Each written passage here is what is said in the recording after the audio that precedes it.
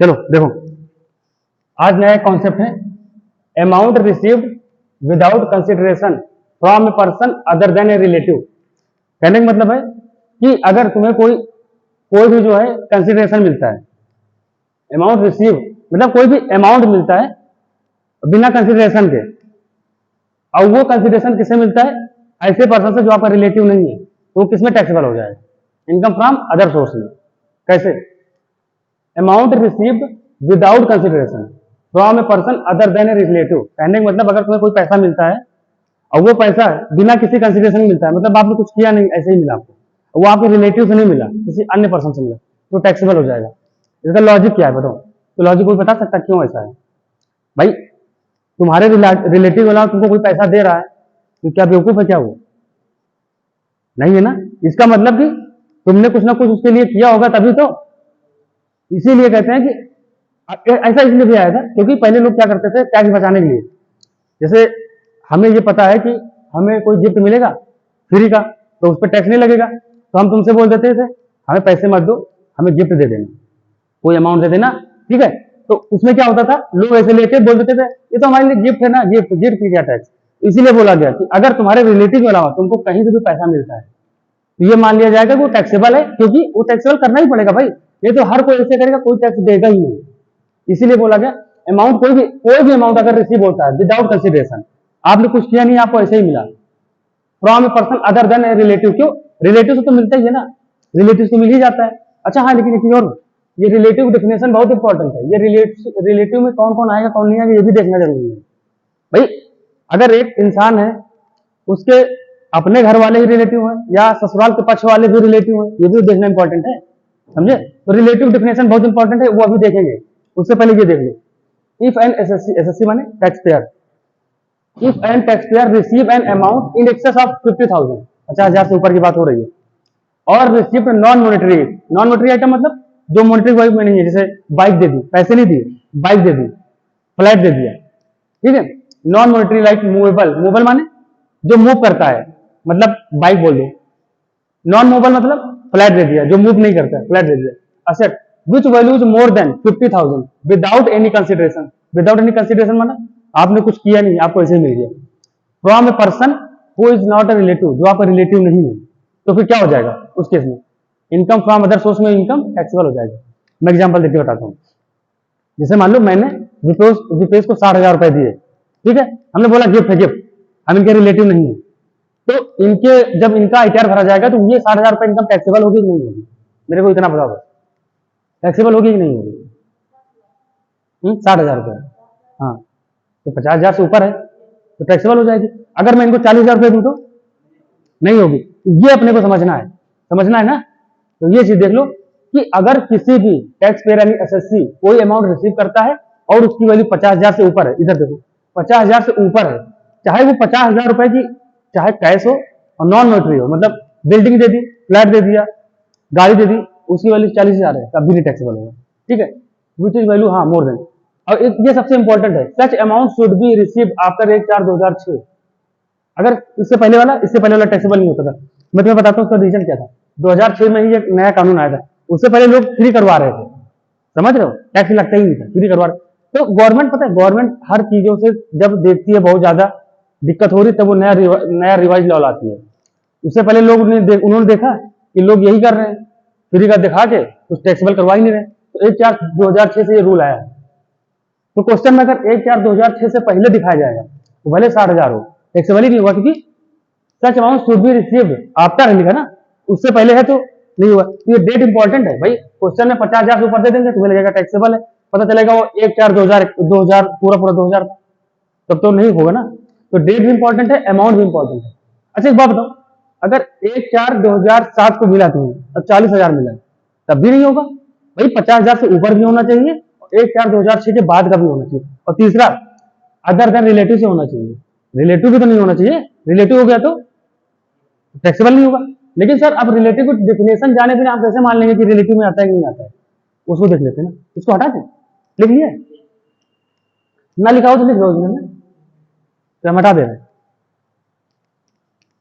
अब ये देखो जो रिलेटिव वाला है क्वेश्चन, ये हम लोग के उसमें भी रिलेटिव से डेफिनेशन आती थी लिखने को, लिख लो को नहीं, वो क्वेश्चन ऐसे बोल देंगे, जैसे मान लो विपेश है, बोल देंगे विपेश के जो है मामा के लड़के ने जो है विपेश को एक घड़ी दी है, बताओ टैक्सेबल होगी कि नहीं होगी? क्या है मामा, तुम्हें कैसे पता मामा का लड़का रिलेटिव में आता है? बताओ, वो तो हम रिलेटिव डेफिनेशन पढ़ेंगे तब तुम समझोगे ना।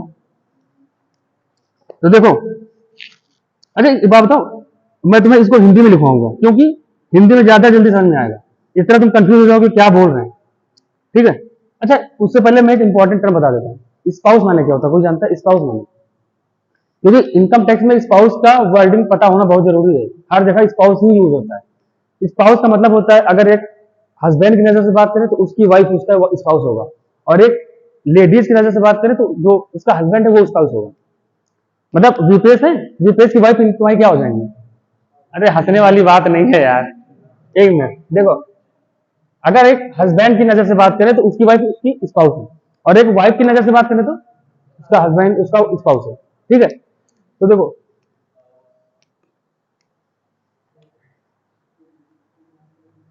अब वो आज दिन भर याद करेगा स्पाउस, ठीक है? देखो, अगर हम स्पाउस लिख रहे हैं, ये स्पाउस है, मैं ब्रेकर में विपेश लिख दे रहा हूं, विपेश को नजर में रखते हुए, इससे जल्दी याद हो जाएगा। अब सुनो, अब तुम्हारे रिलेटिव में कौन कौन आएगा भाई? वाइफ के बिना जी पाओगे? नहीं जी पाओगे। सबसे पहले वाइफ, विपेश की वाइफ तुम्हारी कौन? रिलेटिव। अगर तुम्हारी वाइफ से तुमको मिलता है गिफ्ट तो क्या होगा? Non taxable. अब सुनो भाई, मेरी बात सुनो, वाइफ, ठीक है, विपेश की नजर से बोल रहा हूं, वाइफ हो गई, ब्रदर एंड सिस्टर, विपेश के भाई और बहन, ब्रदर एंड सिस्टर। अगर किसी को इंग्लिश में दिक्कत हो रही तो मैं फिर से बोल रहा हूँ, हिंदी में लिखा लू, नहीं हो जाएगा? ब्रदर एंड सिस्टर, भाई बहन, ब्रेकर में लिख लो भाई बहन। किसके भाई बहन? क्योंकि ये देखो, मैं विपेश की नजर से बोल रहा हूं, इस तरह भाई बहन। अब ये लो, ब्रिजेश की मतलब ये साला साली, मतलब brother in law and sister in law, Hindi लिख दे रहा हूं, साला एंड साली। ऐसे जल्दी याद होगा यार भाई साहब, तो अपने साला साली से ले सकते हो, ठीक है? नहीं है? पहले से कंफर्म हो गया क्या सब? ब्रदर और sister of mother and father, सुनो, चाचा एंड चाची, चाचा एंड चाची,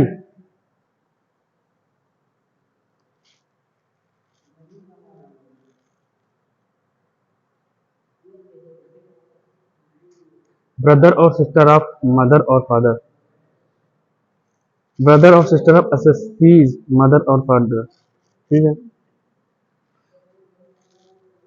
एक मिनट, दूसरा सबसे ज्यादा लीनियल, लीनियल ये बहुत इंपॉर्टेंट वर्ड है, lineal, LINEA, lineal, ascendant, ascendant and lineal descendant. अरे सर ये आपने क्या लिखा दिया, लीनियल असेंडेंट और लीनियल डिसेंडेंट। सुनो विपेश, इधर देखो, अगर हम विपेश की रिलेटिव की बात करें कौन कौन आता है? इनकी वाइफ आएंगी, इनके भाई बहन आएंगे, इनके साला साली आएंगे, इनके चाचा चाची आएंगे, और lineal ascendant and lineal descendant. Lineal ascendant हमसे जो बड़ा होता है, लीनियल डिसेंडेंट हमसे छोटा होता है। मतलब जैसे विपेश है तो विपेश के मम्मी पापा कौन हो गए? इनके लीनियल असेंडेंट हो गए, और इनके जो बच्चे होंगे वो कहाँ जाएंगे? डिसेंडेंट, नीचे होंगे। तो इनसे जो है इनके मम्मी पापा कौन होंगे? लीनियर असेंडेंट, और इनके जो बच्चे होंगे इनसे जो छोटे हैं वो लीनियर डिसेंडेंट। इतने लोग तुम्हारे रिलेटिव में आएंगे। देखो हमने तुमसे बोला था मामा के लड़के, तुमने बोला यस सर, नहीं आए थे। क्वेश्चन में ऐसे ही आएगा कि विपेश के मामा के लड़के ने इनको 60,000 रुपए का गिफ्ट दिया और विपेश ने उसको नॉन टैक्सेबल कर दिया। बोलो सही किया गलत किया? गलत किया भाई, मामा के लड़के डेफिनेशन में कहाँ आ रहे हैं ना, ये भी तो देखो। ये हिंदी में लिख लेना, जल्दी समझ में आएगा। इसको लिखो, फिर क्वेश्चन कराता हूं मस्त sir.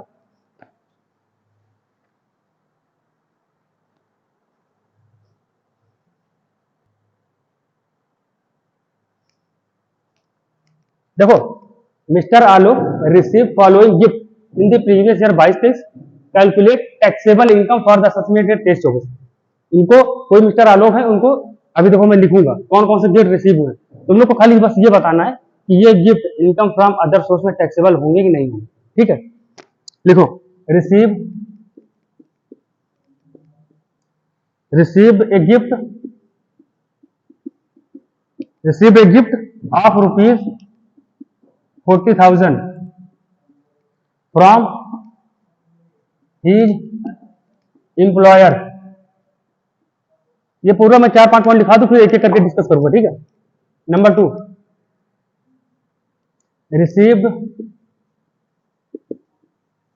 received a gift of rupees 45,000 यानी 45,000 each from 3 friends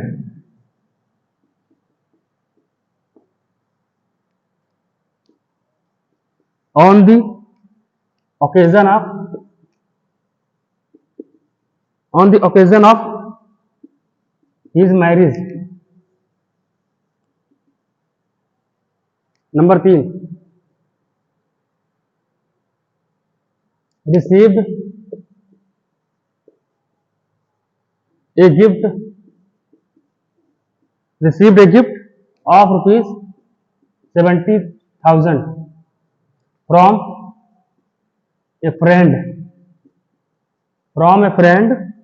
on 15 September 2022।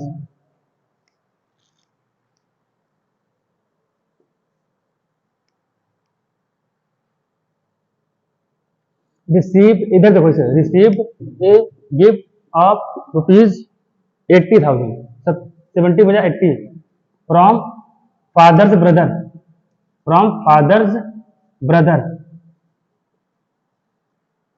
Number 4 हो गया। And number 5, this is last.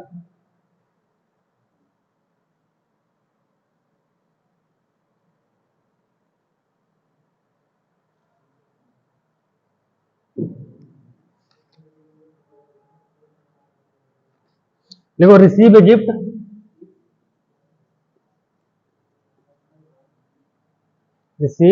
Gift of rupees 75,000 from grandmother. Please note down कर लो, फिर एक एक करके तुम ही लोग से पूछोगे, तुम ही लोग बताओगे। अच्छा हाँ, एक चीज मैं बताना भूल गया था, पहले वो सुन लो। अगर ये गिफ्ट आपको आपके मैरिज पे हो रही है, फिर कोई भी बंदा दे, तब छूट मिल जाती है, क्योंकि मैरिज पे लोगों को गिफ्ट मिलता ही मिलता है। मैं एक एक्सेप्शन बोल गया था। एक्सेप्शन का मतलब समझते हो तुम लोग? हिंदी में उसको अपवाद बोलते हैं। एक्सेप्शन का मतलब ये होता है कि ऐसे केस में ऐसा अप्लाई नहीं होगा, उल्टा बोला जाता है, उल्टा सोचा जाता है कि ऐसे केस में अप्लाई नहीं होगा, समझे? जैसे हाँ, एग्जाम्पल देके बताता हूँ। जैसे स्कूल में यूनिफॉर्म कंपलसरी है, यूनिफॉर्म बिना नहीं आते, लेकिन जैसे क्लास के प्रिंसिपल बोलते हैं कि कल 26 जनवरी है, आप लोग अपने कपड़े में आ सकते हैं, तो वो डे क्या होगा? एक्सेप्शन डे होगा। एक्सेप्शन का मतलब ये होता है कि हमेशा जो चीज की हो, आज उसके लिए तुम्हें छूट मिल सकती है या मिल जाएगी, उसे एक्सेप्शन बोलते हैं। तो एक्सेप्शन एक इसमें है कि अगर आपको कोई भी गिफ्ट, भले वो 50,000 से ऊपर का हो, लेकिन आपके मैरिज पे मिल रही है, भले अनरिलेटेड पर्सन से हो रहा है, नॉन रिलेटिव हो, तब भी आपको छूट मिल जाएगा, क्योंकि वो मैरिज एक्सेप्शन में आता है।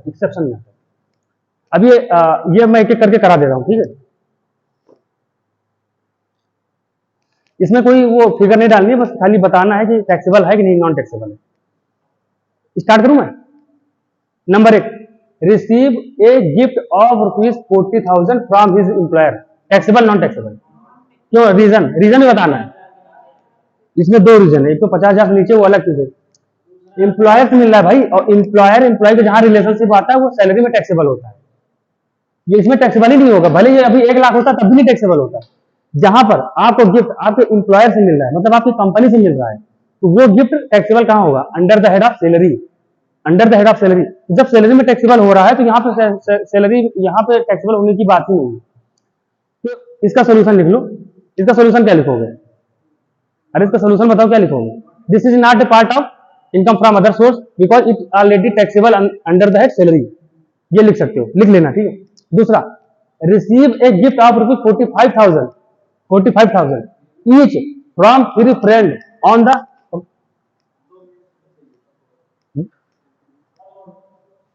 Number 2 point, received A gift of rupees 45,000 each from 3 friend on the occasion of his marriage.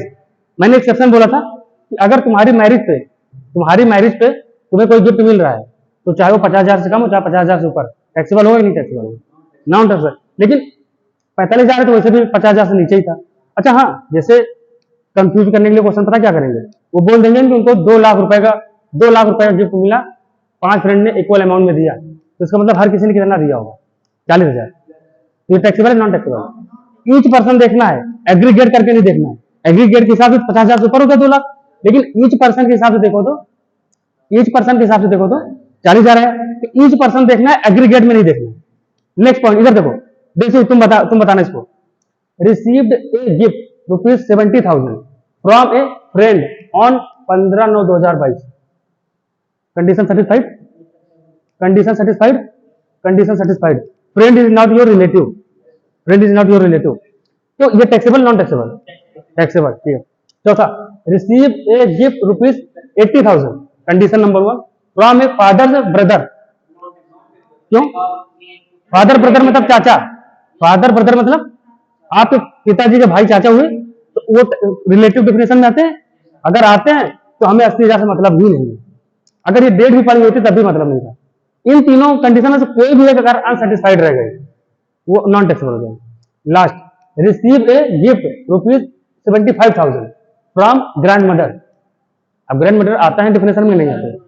Linear ascendant, आपके पिताजी आपके दादाजी आपके लीनियल है। आपका अगर आपका लड़का है और आपका पोता है तो लीनियर डिसेंडेंट है। तो समझ में आ गया ना ये? ठीक है, एक कोई छोटा सा पॉइंट और डिस्कस कर दूं क्या? एक मैं काम कर देता हूं, एक वो लिखा देता हूं कि कौन कौन से केस में टैक्सेबल नहीं होगा। जैसे लिखो 1/4/2006 से पहले है, ये मैंने बता ही दिया है, टैक्सेबल नहीं होगा। ठीक है, अगर तुम्हारा जो है अगर तुम्हारे मैरिज के ऑकेशन पे हुआ, अरे मेरी बात सुनो, अगर 1/4/2006 से पहले है नॉन टैक्सेबल, तुम्हारे मैरिज के ऑकेजन में मिला है, अमाउंट से कोई मतलब नहीं है, तब क्या होगा? नॉन टैक्सेबल हो जाएगा। 50,000 से नीचे है तब भी नॉन टैक्सेबल है। ठीक है, ये चीजें लिख लेना तुम। ठीक है, अच्छा मैं हटाऊं कि लिखोगे? अभी लिख लो ना इसको, चलो, क्योंकि इसका हमने सॉल्यूशन नहीं बोल दिया है, सॉल्यूशन लिखाया नहीं, बोल दोगे लिखा देंगे। लिख लिया महिमा? तो अब इसको हम तो छोटा सा पॉइंट और डिस्कस कर लेते हैं।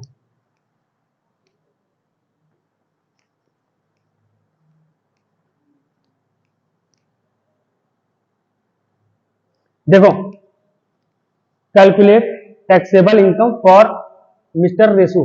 कोई मिस्टर रेसू है, उनका टैक्सेबल इनकम निकालना है, taxable income from other source का। ठीक है, तो उसमें 4 पॉइंट दे रखा है, एक एक करके पढ़ो। There is a query at Udaipur, he let out on royalty at the rate 5 रुपए पर टन, 20,000 टन, एक्सपेंसेस 10,000। इसका मतलब ये हुआ इन्होंने कोई खदान जो है रॉयल्टी पे दे रखी है किसी दूसरे को, और उनको रॉयल्टी जो मिलेगी 5 रुपए पर टन मिलेगा, और पूरे साल में इन्होंने 20,000 टन खुदाई की है, तो 1 लाख रुपए मिलना चाहिए। 20,000 टन है और 5 रुपए पर टन है, तो 1 लाख रुपए मिलना चाहिए। लेकिन इनका खर्चा भी 10,000 रुपए हुआ है, भाई खर्चा हुआ तो उसका छूट भी तो मिलेगा। तो ये लिख सकते हो, इनकम फ्रॉम क्या, क्वारी जो भी बोलते हैं, इनकम फ्रॉम क्वारी कितना, 20,000 इंटू 5, 1 लाख। ठीक है, लेस एक्सपेंसेस 10,000, नेट अमाउंट कितना मिलेगा इनको, 90,000 रुपए इनको मिल जाएगा। ठीक है, दूसरा, he receive income 80,000 from consultancy services. दूसरा क्या था, कंसल्टेंसी सर्विसेज। लेकिन सर एक बात मेरे को समझ में नहीं आई, ये कंसल्टेंसी सर्विसेज हो सकते हैं प्रोफेशनल हो, ये तो पीजीबीपी में जाना चाहिए, ऐसा माइंड में नहीं आया यार। ये बताओ, ये तो कंसल्टेंसी सर्विसेज दे रहे हैं ना, तो इनका प्रोफेशनल है ना, प्रोफेशन इसमें तब आ सकता है जब आपका मेन काम ये नहीं है। जैसे सुनो, मैं प्रैक्टिस करता हूँ अपनी बेचल में, प्रैक्टिस करता हूँ, मेरी सारी इनकम वहां जाएगी। लेकिन अगर कोई मुझे बुलाए कि आप हमारे यहाँ आइए, 2 दिन इनकम टैक्स का वो ले लीजिए, वर्कशॉप ले लीजिए, 2 दिन जीएसटी का वर्कशॉप ले लीजिए, उसके लिए हमें पैसा मिलेगा, वो इनकम फ्रॉम अदर सोर्स में आ जाएगी। अगर आपका प्रोफेशन कोई दूसरा है, प्रैक्टिस करने का है, उसकी सारी इनकम आपकी पीजीबीपी में जाएगी। लेकिन कोई अगर आपको बुला रहा है 2 दिन के लिए, सर वेबिनार कर दीजिए, सर हमारे वर्कशॉप जीएसटी से इनकम टैक्स रिलेटेड 2 दिन का वर्कशॉप कर दीजिए, उससे हमें कोई पैसा मिलता है, उस कंसल्टेंसी से हमें कोई पैसा मिलता है, तो वो हमारे प्रोफेशन में नहीं जाएगा, अदर सोर्स में जाएगा। क्यों? क्योंकि हमारा डेली रूटीन काम वर्कशॉप देना नहीं है। मेरी बात समझ रहे हो नहीं समझ रहे हो? कोई एडिशनल काम के लिए आपको बुला रहा है आपके प्रोफेशन से रिलेटेड, वो इनकम आपकी इनकम फ्रॉम अदर सोर्स में जाएगी। सुनो कैसे, जैसे हमें यहाँ पर बोल दिया सर आप 2 दिन का लेक्चर ले लिया करिए, तो वो हमारा सैलरी का पार्ट नहीं होगा। अगर हम रेगुलर काम कर रहे हैं तो सैलरी में जाएगा, और अगर सिर्फ 1 दिन पढ़ाने के लिए आ रहे हैं तो अदर सोर्स में जाएगा। समझे? ये चीज इनका कंसल्टेंसी मेन काम नहीं होगा, वो आए होंगे खाली देने के लिए। तो कंसल्टेंसी इनकम कितना आई है? 80,000। तीसरा देखो, 1 हो गया, 2 हो गया, 3। ये लेट आउट, लेट आउट मैंने क्या बोला था? किराए पे देना। ये let out non agriculture land, agriculture नहीं, non agriculture land for godown. जमीन दे दी भैया, उसमें गोडाउन बना के अपना गोडाउन बना रखा है, और क्या दे दिया कि 2,000 रुपए पर मंथ। ठीक है, तो लिख सकते हो रेवेन्यू, वो इनकम फ्रॉम लैंड, ब्रैकेट में लिख लो नॉन एग्रीकल्चर, नॉन एग्री। कितना अमाउंट है? 24,000 है। अरे 24,000 है ना भाई। लास्ट, एसएससी यानी tax payer receive 10,000 from writing article for magazine. ये क्या होता है? जैसे तुम्हें पता होगा मैगजीन, जैसे क्रिकेटर है, क्रिकेटर ने जैसे मैगजीन में कुछ अपना छपवाया, अपना कुछ दिया, उसको पैसा मिलता है उससे। जैसे मुझे भी याद है एक बार स्टीवन स्मिथ है, ऑस्ट्रेलियन प्लेयर है स्टीवन स्मिथ, वो अगर ये लोग कोई भी इंटरव्यू देते हैं और उनका छापा जाता है उसमें, तो उनको पैसा मिलता है। तो वो पैसा कहाँ जाएगा? टैक्सेबल अदर सोर्स में। तो टैक्स, क्योंकि कोई सैलरी तो उनकी है ही नहीं, ना ही कोई उनका बिजनेस है वो, और ना ही कोई उनका हाउस प्रॉपर्टी है, ना ही कोई कैपिटल गेन है, तो जाएगा कहाँ? यही तो जाएगा। ठीक है, तो लिख low income from magazine, income from writing article magazine, writing article magazine. अगर सुनो बताएं, तुम लोग को ज्यादा कुछ करने की जरूरत नहीं है। अगर इनकम में कंफ्यूजन हो गया, समझ में नहीं आ रहा, बस ये देख लो उन चारों में तो नहीं जा रही है, नहीं जा रही तो इसी में आएगी। गवर्नमेंट कोई भी इनकम छोड़ेगी नहीं भाई। ये ना सोचो यार ये तो सैलरी में भी नहीं है, ये तो पीजी बीजे में भी नहीं है, ये हाउस प्रॉपर्टी में भी नहीं है, कैपिटल गेन मतलब इस पर टैक्स लगेगा ही नहीं। ये माइंड में नहीं रखना है, ये माइंड में रखना है उन चारों में नहीं आएगा। गवर्नमेंट ने स्पेशल इसीलिए बनाया अदर सोर्स, कि तुम्हारा कहीं नहीं गिर रहा तो इधर लाके ढकेलो, लेकिन दो हमें टैक्स। ठीक है, कितना चाहिए? 10,000 रुपये। अभी जोड़ लो, यही इनकम फ्रॉम अदर सोर्स का टैक्सेबल अमाउंट आ जाएगा। IFOS मतलब इनकम फ्रॉम अदर सोर्स। जोड़ो, कितना हुआ? 9, 8, 17, 1,70,000, 1,90,000, 1,94,000, 2,04,000, है नी? जोड़ लेना एक बार, 9, 8, 17, 20, 90, 94, हाँ 2,04,000। ठीक, 2,04,000 हो गया, समझा गया?